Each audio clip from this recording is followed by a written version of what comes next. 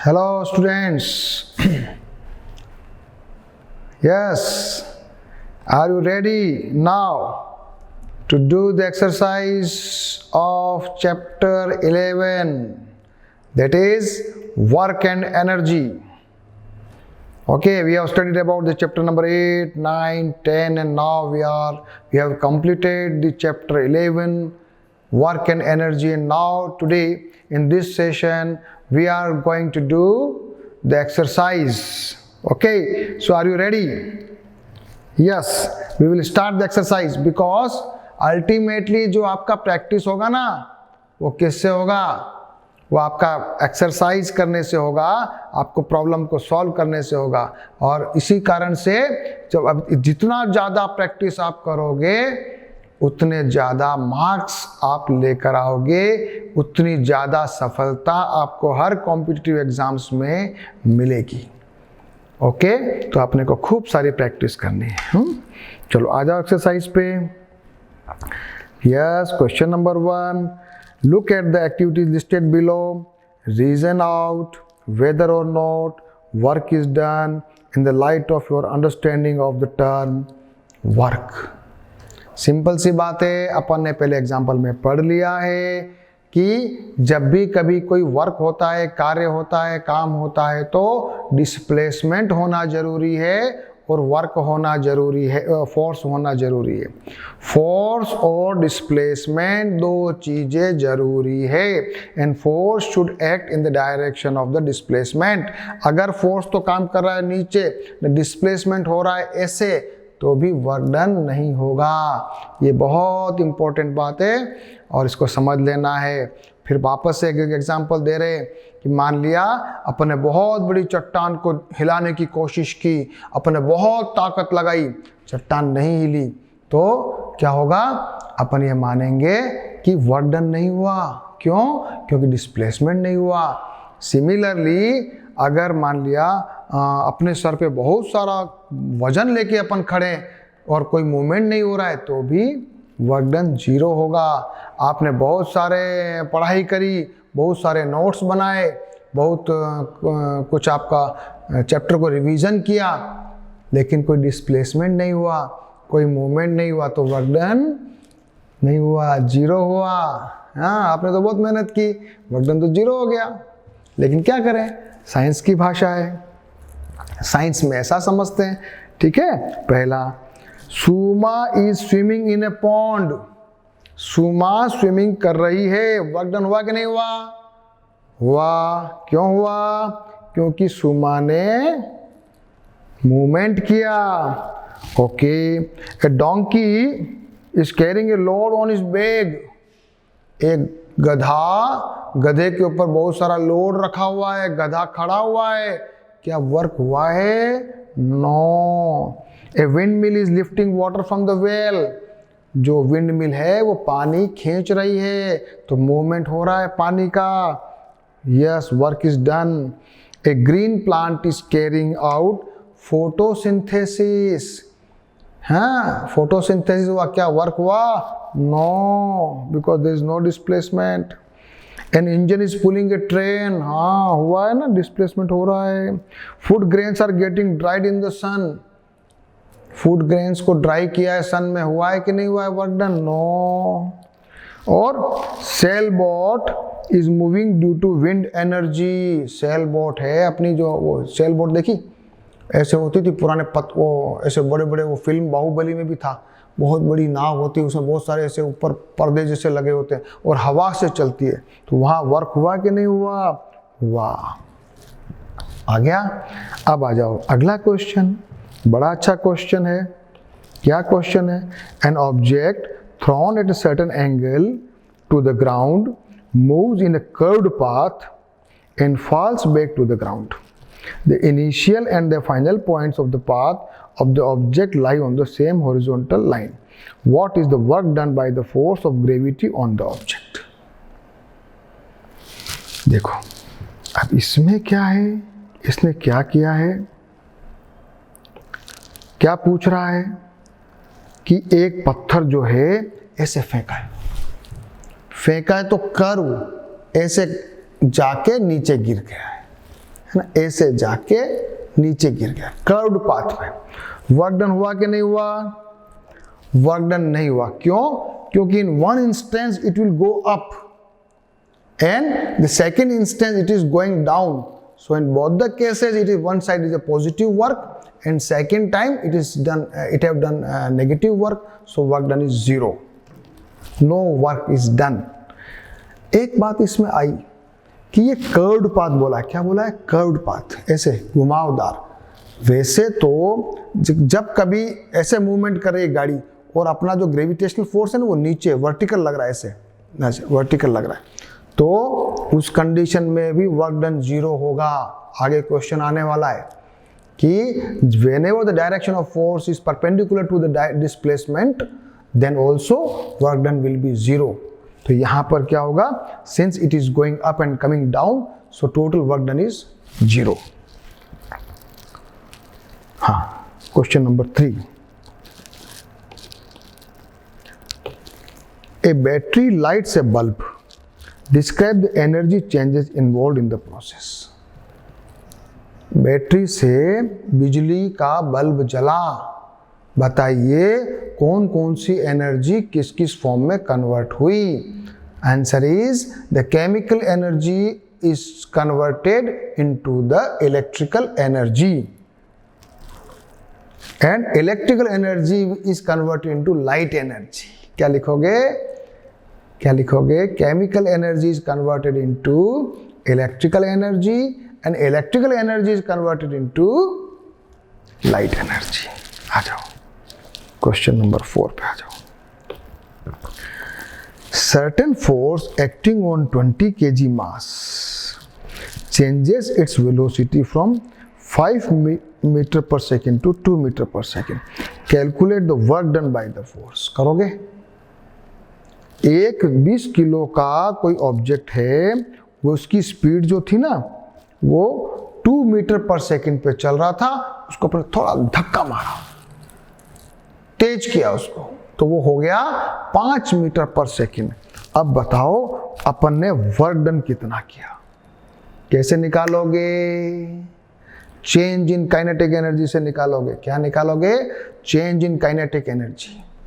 So initial kinetic energy and the final kinetic energy. Okay, आ जाओ बच्चों, जरा मैंने इसको जल्दी कर दिया बिना लैंग्वेज लिखे, है ना बेटा। ये 1/2 mv square is final kinetic energy and 1/2 mv square is equal to initial kinetic energy. ये आ गया आपके v स्क्वायर, पहले उसको था ना v इज इक्वल टू क्या दे रखा है अपने को 5 और u दे रखा है 2, तो ये बन गया 4, ये बन गया 25, निकाल लिया and the answer is 210 joule.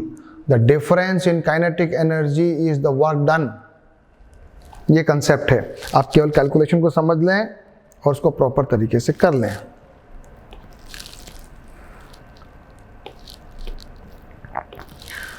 Question number 5. A mass of 10 kg at a point A on the table. It is moved to a point B. If the line joining A and B is horizontal, what is the work done by the object on the object by the gravitational force? And explain your answer. हाँ, answer क्या होगा? Whenever we are moving in horizontal direction and the gravitational force is working vertically downwards, so gravitational force is perpendicular to the displacement, so the work done is 0. This is the answer. लिख लो। The work done by the gravitational force acting on a body is 0 because the direction of force is vertically downward and the displacement is horizontal. So force and displacement are perpendicular to each other. ये अपना answer हो गया question number 5 का। Okay, question number 6. हाँ, The potential energy of a freely falling object decreases progressively. Does this violate the law of conservation of energy? Why? Potential energy, जब कोई वस्तु नीचे गिरती है तो क्या उसकी एनर्जी कम तो हो रही है ना, पर कन्वर्ट हो रही है ना। किस में कन्वर्ट हो रही है? काइनेटिक एनर्जी में कन्वर्ट हो रही है। ठीक है, तो अपन कहेंगे, क्या आंसर देंगे? No, it is not violating the law of conservation of energy. तो जरा लिखो, ओके, राइट डाउन प्लीज। आ जाओ बच्चों। The potential energy of a freely falling body decreases progressively and simultaneously its kinetic energy increases as the velocity increases. लिखोगे? समझ तो गए, लेकिन लैंग्वेज ऐसी बना लोगे। The potential energy of a freely falling body decreases progressively and simultaneously its kinetic energy increases at its velocity increases. So in the way the total mechanical energy, that is the kinetic energy and the potential energy, remains constant. So the law of conservation of energy is not violated. ये अपना इसका answer हुआ question number 6 का। देखो, समझ तो अपन गए थे। अब जरा आंसर भी अच्छा लिखेंगे ना, प्रॉपर लिखेंगे, तो आपको मैंने जो पढ़ा रहा हूं ना, उसमें आपका नोट्स भी बन रहा है, तो आपको कितना बढ़िया फायदा हो गया। अब आपको पूरा चैप्टर एकदम 1 to 1 परफेक्ट हो गया, समझ में भी आ गया, प्रॉब्लम का एग्जाम्पल भी अपन ने कर लिया, और अपन एक्सरसाइज भी कर रहे हैं, और साथ में जो थ्योरेटिकल आंसर है उसको भी प्रॉपर तरीके से बना दिया। तो कितना अच्छा हो गया आपके लिए। अब आपको केवल समझना है और याद करना है और अपनी लैंग्वेज में आंसर लिख देना है। हुआ? अच्छा लगा ना? आ जाओ, question number 7। What are the various energy transformation that occur when you riding a bicycle? Question छोटा सा है, एग्जाम में आ सकता है। क्या है? आप जब साइकिल चला रहे हो तो कौन कौन सी एनर्जी को ट्रांसफॉर्म किया? याद करने के लिए हमने खाना खाया तो हमने केमिकल एनर्जी बनाई, केमिकल एनर्जी से बनी मस्कुलर एनर्जी से हमने साइकिल चलाई, तो वो बन गई काइनेटिक एनर्जी या मैकेनिकल एनर्जी। तो क्या आंसर है? The chemical energy of the food is converted into the muscular energy and muscular energy is converted into the mechanical energy. ये आंसर है। जरा लिख लीजिए, कैसे लिखा जरा देखो। यस, आ जाओ।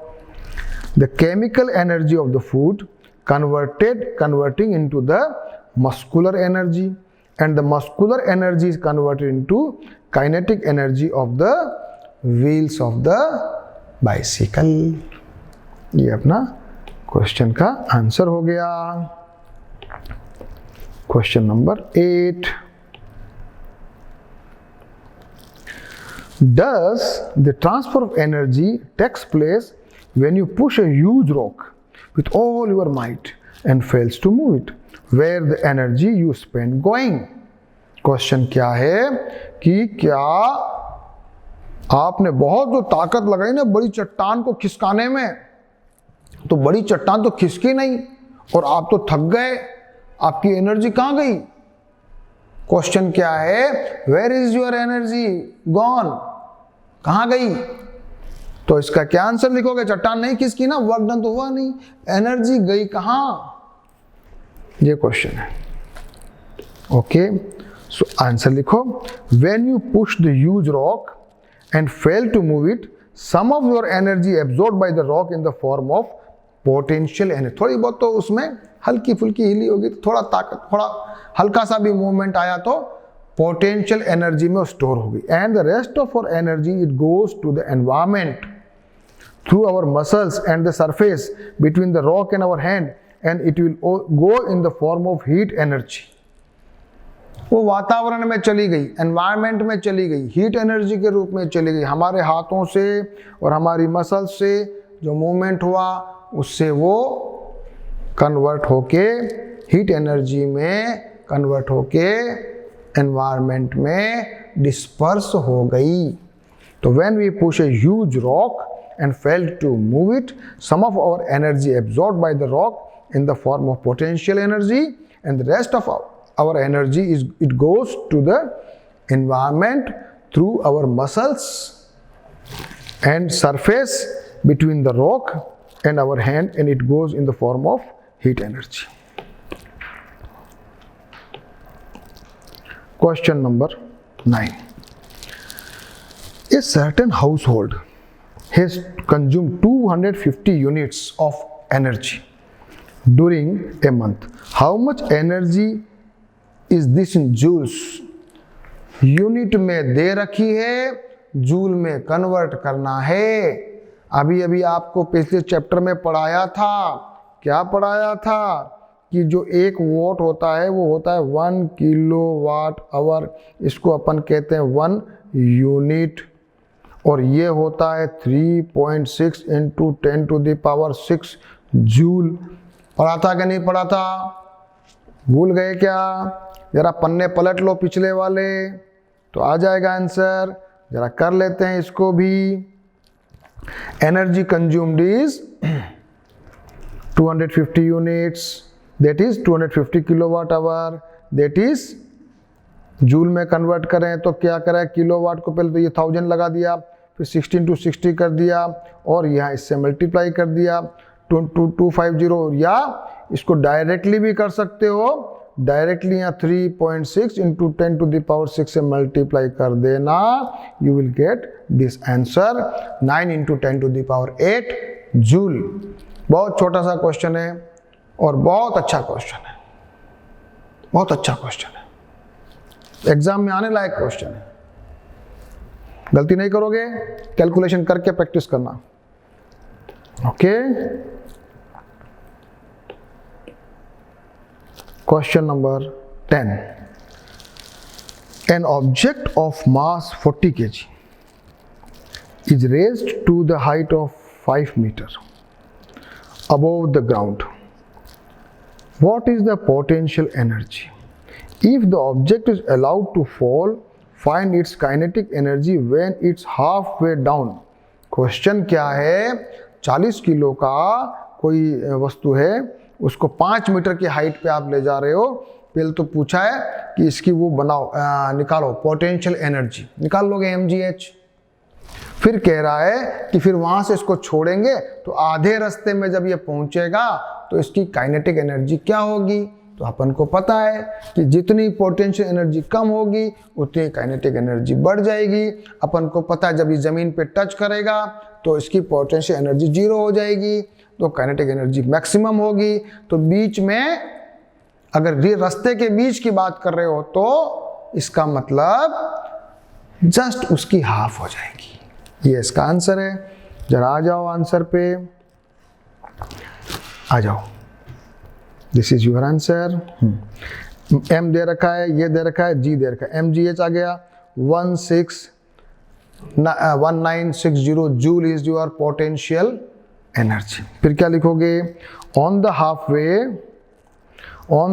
वे the total potential energy will be half converted into kinetic energy, so as per the law of conservation of energy. तो आप इसको लिखकर क्या करोगे, ऐसे इसको डिवाइड बाय 2 करके the kinetic energy will B 980 joule.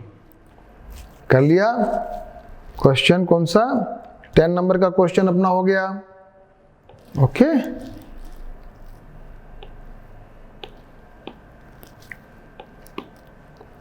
आ जाइए question number 11. What is the work done by the force of gravity on a satellite moving around the earth? Justify your answer. हाँ, अपने धरती के चारों ओर जो उपग्रह, जिसको इंग्लिश में कहते हैं सैटेलाइट, क्या हिंदी में कहते हैं उपग्रह। चंद्रमा भी एक सैटेलाइट है और इसको हम कहते हैं उपग्रह। तो सैटेलाइट हमारे धरती के और चारों ओर चक्कर लगा रहे हैं। तो ग्रेविटेशनल फोर्स के द्वारा कुछ काम हुआ क्या? नहीं हुआ। because at every situation the direction is perpendicular to the movement. so there is no work done. Okay, come to the answer. When a satellite, sorry यहाँ इसको A कर देना, when a satellite moves around the earth, the displacement is in short interval is along the tangential direction, and the force, that is gravitational force, is towards the center of the earth. Since the force is the displacement are perpendicular to each other, so work done by gravitational force will be 0. Okay. Question number 12. Can there be displacement of an object in the absence of any force acting on it? Think. Discuss the question with your friends and teachers. क्या कभी ऐसा हो सकता है क्या कि कभी force तो नहीं काम कर रहा है लेकिन डिस्प्लेसमेंट हो, ऐसा हो सकता है क्या? हो सकता है। कैसे हो सकता है? क्योंकि F इज इक्वल टू होता है ma, अगर F नहीं हो तो ma हो जाएगा 0, m कभी 0 नहीं हो, a can be 0,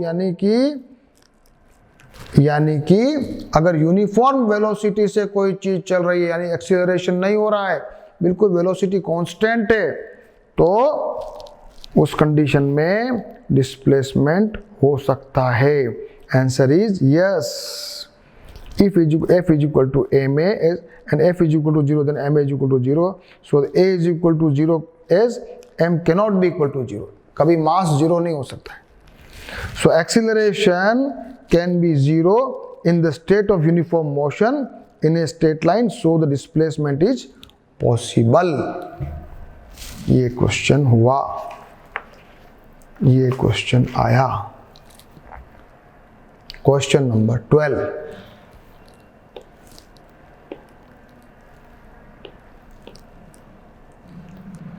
Question number 13. A person holds a bundle of hay over his head for 30 minutes and gets tired. Has he done some work or not? Justify your answer. कोई व्यक्ति एक चारे का bundle है, यानी चारे का bundle भारा अपने सिर पे लेके खड़ा हुआ है, कितनी देर तक? 30 मिनट्स तक। तो क्या वो थकान भी आ गई, उसको थक गया? क्या उसने कोई वर्क किया है? नहीं किया है। क्यों? क्योंकि डिस्प्लेसमेंट नहीं हुआ है। तो आंसर क्या दोगे?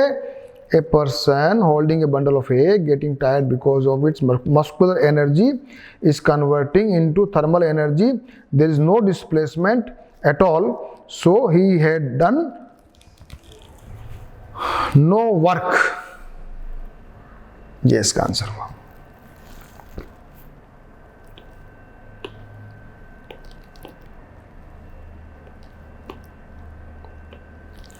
Question number 14. An electric heater, जिसको 1500 वाट का 1500 वाट का इलेक्ट्रिक हीटर है, how much energy does it use in 10 hours? 10 घंटे में कितनी एनर्जी खाएगा? वैसे अपन को पता है, अगर 1000 वाट का कोई हीटर मान लेते हैं और 1 घंटे चलता है तो वो 1 यूनिट खाता है, क्योंकि इक्वल टू हो जाएगा 1 किलोवाट आवर। लेकिन यहाँ है 1500 तो वाट का है और 10 घंटे। निकालो एनर्जी, ये निकालो। तो कैसे निकालोगे? Power is equal to this, energy consumed in 10 hours, power is equal to energy upon time. तो एनर्जी कितनी हो जाएगी? पावर इनटू टाइम कन्वर्ट कर देना, ये आ जाएगा जूल में, and this is your answer.